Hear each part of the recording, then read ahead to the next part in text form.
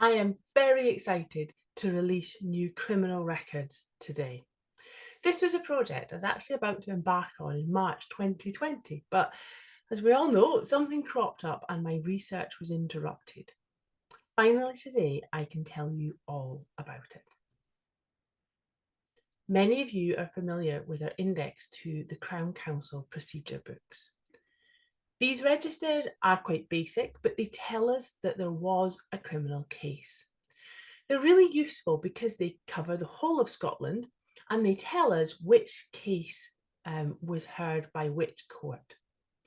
These have proved really helpful in finding sheriff court jury trials. Now, at a previous conference, I showed you how to use these records to find sheriff court cases. If you missed that one, it is available as a recording on our website, so we won't go through that again today. There were many cases, however, where it simply says no proceedings. Now, that means that the case did not go to court.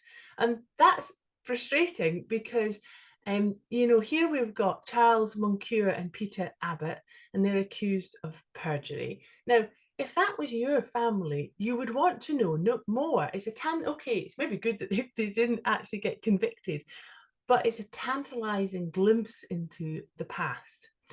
And it seemed like so many records, any more information had been lost years ago. After all, why keep it if there was no court case? Well, I started having a rummage around the catalogue of the National Records of Scotland, particularly in the Lord Advocate's department. And I came across a record set, AD 13. There's not a lot of information. It simply says opinions 1825 to 1855. Something that really excited me, though, was when I dug down to the file level of the catalogue, the organisation of the cases seemed to correlate with these registers. Here we see Charles's case was returned with an opinion in March 1825.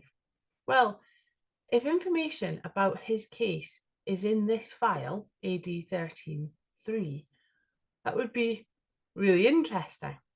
But there's no clue really in the catalogue as to what these opinions are.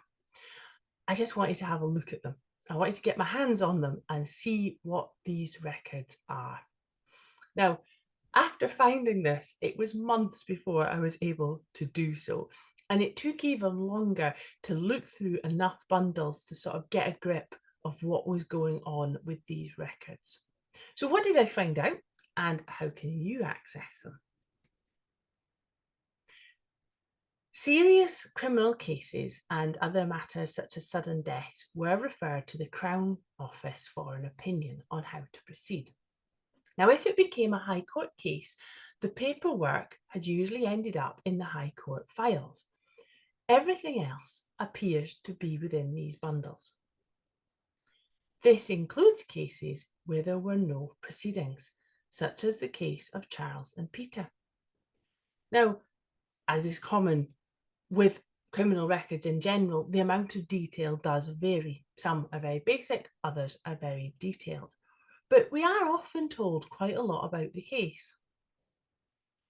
And most cases include a schedule detailing the crime and any imprisonments and bail. And this can be useful because it's often for a period where there are very few prison registers. So already we have found some interesting cases.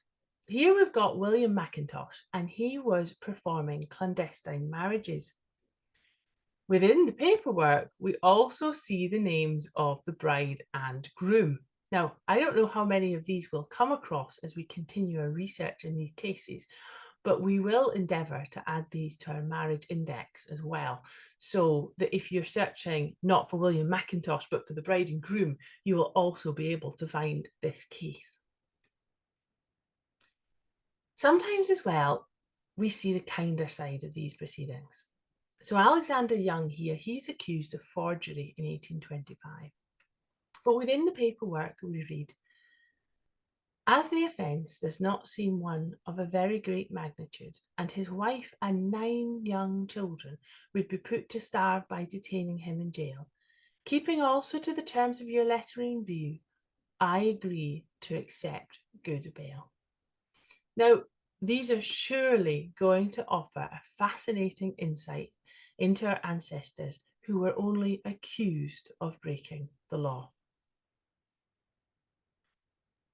We've now added an option for a research service to locate the surviving records. For now, we're offering this for the period 1825 to 1833. We will continue to identify the coverage from 1834 to 1855 and update the index as we do so. When we have found relating documents to something, an entry in the Crown Council procedure books, a link will appear on our website where you can click through to find surviving records. In many cases, if a case went to the Sheriff Court, you should look at the corresponding Sheriff Court records first. Sometimes, however, the Sheriff Court records have not survived, but there is paperwork within the opinions. And on some occasions, it could be worth looking at both sets of records. There could be slightly different information in each. We also find records relating to sudden deaths, and again, we have indexed these on our website. Here we learn about the tragic accident that led to the death of Mary Thompson in 1847. We're also helpfully told that she was the wife of Thomas Smith. So there's a lot of genealogical information in these records, as well as some fascinating stories. So clearly we can say that there is hope, even when there were no proceedings. I want to say a huge thank you to the volunteers who indexed the Crown Council procedure books.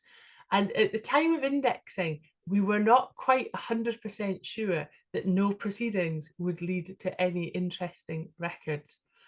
I wasn't really sure until I could get back into the archives and uncover this amazing record set. And I'm so excited to have been able to share that with you today.